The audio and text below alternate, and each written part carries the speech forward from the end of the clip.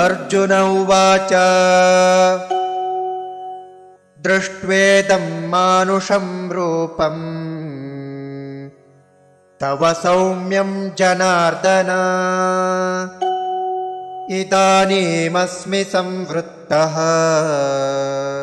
सचेताः प्रकृतिं गतः। अर्जुनः उवाच दृष्ट्वा इदं मानुषं रूपं तव सौम्यं जनार्दन इदानीम् अस्मि संवृत्तः सचेताः प्रकृतिं गतः। अर्जुन उवाच दृष्ट्वेदं मानुषं रूपं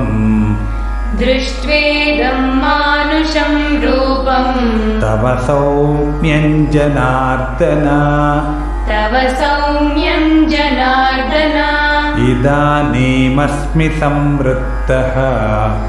इदानीमस्मि संवृत्तः सचेताः प्रकृतिं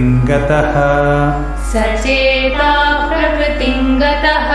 दृष्ट्वेदं मानुषं रूपं तव सौम्यं जनार्दन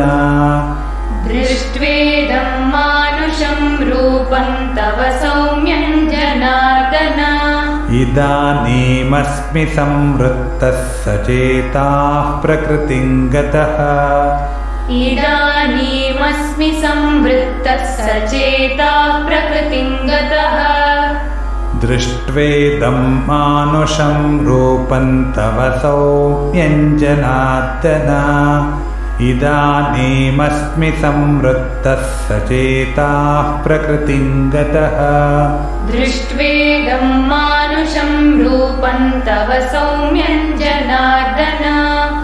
इदानीमस्मि संवृत्तः सचेताः प्रकृतिं गतः।